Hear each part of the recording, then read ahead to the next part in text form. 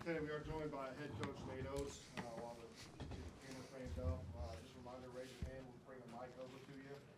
We'll go ahead and have coach begin with an opening statement. Looks like we're ready to go, so coach, whenever you're ready. Yeah, great win for senior night. Really happy for those 5 guys that we started. Look at 3 guys we honored after the game with Quinterly and Keon Ellis and Rojas and what they've accomplished in the 2 years they played here. It's arguably the best 2-year span we've had here in close to 30 years. If we can continue to win here, close out, get a 5 seed. I think the last time they've gotten back-to-back NCAA tournaments with a 5 seed or higher is 30 years ago, and it'd be only the 3rd time in school history, I think. So they've taken this program to new heights from where it was when they got here. I couldn't be more happy for them, more thankful for their help getting it here.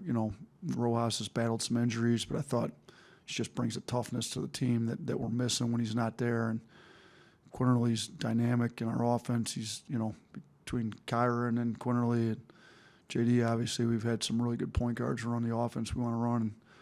And, JQ's been right at the top of that list. I think Keon Ellis just been really consistent on both sides of the ball for both years he's been here. So happy we got the win. Obviously, start of the second half wasn't what we wanted. We've got to mature a little bit, play just as hard with a 23-point lead or whatever it ended up being as we do when we're only up 6, like it got cut to. So, that's the area we got to grow. But I do think when we got it cut to 6 after being up 25 or 23, whatever it was, I think we showed some maturity, came out, got some stops, got some buckets, opened it back up, which showed a lot about our team. Thanks, coach. Go ahead and start right in front here, Nate. Yeah, those 2 games for JQ were just really, really confident. Seemed like from beyond the arc. What are you seeing from him, confidence-wise, and just kind of the momentum he's built the last few games? Yeah, what was he 3 for 3 last game? Is that right? Yeah, so he's 7 for 8 the last 2 games. It's pretty good shooting. So, everybody's questioning whether he was a shooter or not after the way he struggled this year. He shot 50% from 3 in SEC games last year. It's, I think, one of 4 players in the last decade that had done that when he did it last year. So it's pretty good basketball players come out of the SEC. So, to do it for an entire 18-game stretch is big. We know he's got it. He's been doing it in practice. I think he just needed to relax. He puts a lot of pressure on himself. He's a kid that's been highly rated for a long time. McDonald's All-American. There comes some pressure with what he's been through. And, I think he's getting back to where his mind's right. He's just settling in, playing hard and doing whatever he can to help us win. But he looks a lot better. His shot's dropping. But the coaching staff's been seeing this in practice. Isn't it shocking to us that he goes 7 of 8 in 2-game stretch? He's been shooting it well in practice. He's been shooting it great in workouts. I think he was just pressing a little bit too much. So, I was really happy for his parents too. They've been through a lot and just they've been down here for these last 2 home games. He's played great. So hopefully we keep him around hopefully they don't miss any more games. All right, Mike. It was 12-5 in the first 4 minutes there when BJ and Tyler are in the game. Just what did you see out of those 2 guys, and what do they bring, maybe defensively too? They talk. We've been on our guys to take some charges. We know if BJ's in position, he's going to take a charge 100% of the time. Tyler got that deflection on the drive. They rebounded. They're kind of glue guys that are about the right stuff. They've been, and those 3 guys that we honored tonight been a big part of this turnaround, but those 2 guys have been a big part too, and we talk about it a lot. Those 2 guys, even though they don't play a lot of minutes, like what they bring to our scout team, the leadership they bring within the team, what their talk is, they're a big part of what we did. And so when both of them called me after they'd been honored on senior night, in the next couple of weeks, coach, we feel like we've got unfinished business. We want to come back. Come on. We're more than welcome to get them back for another year. They're great kids.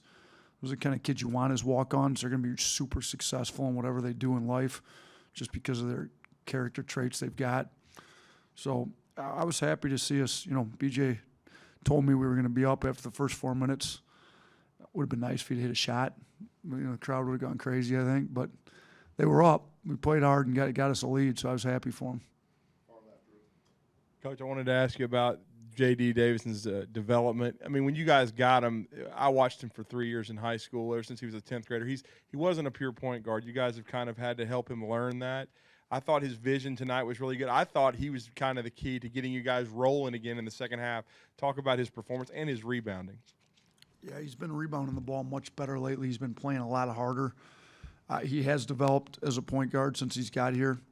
I think he's always been able to pass pretty well, but just to set up, how to set up your pick and roll, how to run a team. He's a high IQ kid. Like he's not very talkative, so you may not get that out of him when you talk to him. But when you coach him and he's directing, sometimes he directs by pointing because he doesn't like to talk much. But we've been kind of getting on him. You got to open your mouth as a point guard. You got to talk a little more. He's been getting better with that too. But he's worked really hard on his shooting.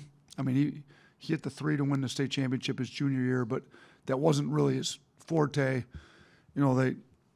He spent a lot of time in the gym shooting. He spent a lot of time in the gym shooting since he's got here. That kind of opens his game up because then if they have to honor his shot, he can get downhill to the rim. So I've been pleased with his play. I mean, we really haven't had all four of those guards, JQ, JD, Keon, and Shaq play great in one game. This may have been the first time. I think all four of them were pretty good this game.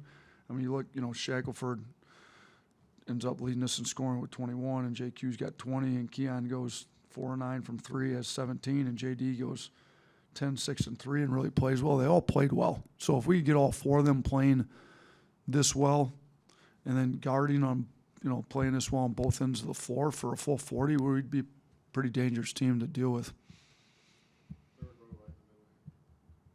Coach, I was really impressed with your defensive effort. Jermaine Couisnard, in that 4-game winning streak for South Carolina, he has really played well. He was 5 of 17 with 7 turnovers. That really is a credit to your defense. What? Shoot. Yeah, Jermaine Couisnard, number 5. Was he 5 of 17? 5 of 17, 4 of 12 from the field, 1 of 5 from 3 with Aaron, 7 turnovers. We got to work with our stats people. They only got him 4 of 12. So maybe he was 5. Whatever he was, we did a good job on him. He was only 1 of 5 from 3, and he had 7 turnovers. I thought, the matchups we had on him did a good job. We started out, Keon Ellis, we know he's been scoring at a high level. He's had 30+. So Keon Ellis is a great defender, was on him. Shackelford took turns on him. And we other guys get switched on to him, and I thought all of them did a pretty good job. He hit the 1-3, he got to the line a little bit. But, and if you look when he's in the game, and nothing against maybe him, but I think just our guys locking in when he's in, they were a -24. So I think we really did a good job locking into him, making life difficult for him on their offensive end. Coach, when you spoke yesterday, you talked about how physical defense and loose ball scrappiness is a hallmark for Frank Martin teams. How did you think you matched up in that respect, and did you kind of shoot your way out of having to play that kind of game? Yeah, I mean, it helps when you make threes at the clip we were making them to start the game, but we still had 11 turnovers in the first half, which is way too many. And I thought, they got up into us. They were physical. We didn't handle it great all the time. We handled it well enough. They ended up with 19 turnovers themselves. And they struggle a little bit on offense. Their defense is top 30 in the country. Their offense is not.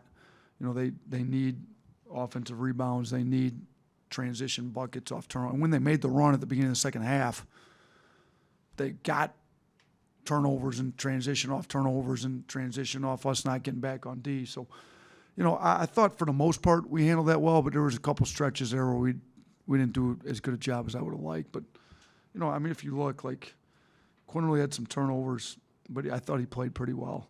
Outside of that, nobody really – JD had 3, Quinterly had 5. Nobody had more than, Darius had 2 in a short stretch. Outside of that, it was all a bunch of 1s. So it wasn't like any one guy. And even – Quinterly's 5. He had the one unfortunate block charge call that shouldn't have been. I think maybe he had 2 charges, to be honest with you, that maybe could have gone the other way. So, his turnovers weren't awful all the time. Coach, you guys recognize the 0-1 team tonight. I know you weren't out there, but it looks like you met with them beforehand. Just what was it like having them back, and were you able to catch up with Coach Godfrey at all? Yeah, I did. They were at shoot-around today, and I talked to him for a while. He had it rolling here, where they were going back to back to back I don't know, 5-6 straight NCAA tournament appearances. So, he did a great job. They had a lot of talent. They had some players in here. Petway's on my staff. Petway was on that team. Made the layup to beat Florida to win the regular season. I think, were they 12-6 that year? 12-4. That's right. They only played 16. So, I mean, they won it that year, the regular season, which is hard. To me, it's harder to win the regular season than to win the tournament. That's over a 16-game stretch, not a 3 or 4 day stretch. So, and they had some players. Like Rod Grizzard was a player. Erwin Dudley's around a lot now. He went overseas and played. They had some talent. It was good to see those guys. They a lot of them were at Mo Williams was not here because he had his own game, but Mo's been around a decent amount. So that's one of the I think we honored 3 teams this year. That's the youngest team out of them. So Mo's still coaching. Obviously Petway's with me. Some of those guys just got done playing not long ago. So it was good to see them here. It's good to honor those teams. I mean, Alabama's, I think we've got the second most wins in SEC basketball behind Kentucky. Like, they've got really good tradition here. We haven't made a Final Four, but they've had some really good players and made a lot of Sweet 16s. And Petway was on the team that made the Elite Eights. We're trying to get it back to where they had it and then progress it, a little bit further. And let's make a run to the Final Four and let's put this program on national stage. And they had it on a national stage pretty good, but we're trying to make it go just a little bit farther. And those guys are all behind us. They're all great. I mean, I get texts from former players all the time, and everybody's pulling for us to really win and get this thing where everybody'd like to see it at.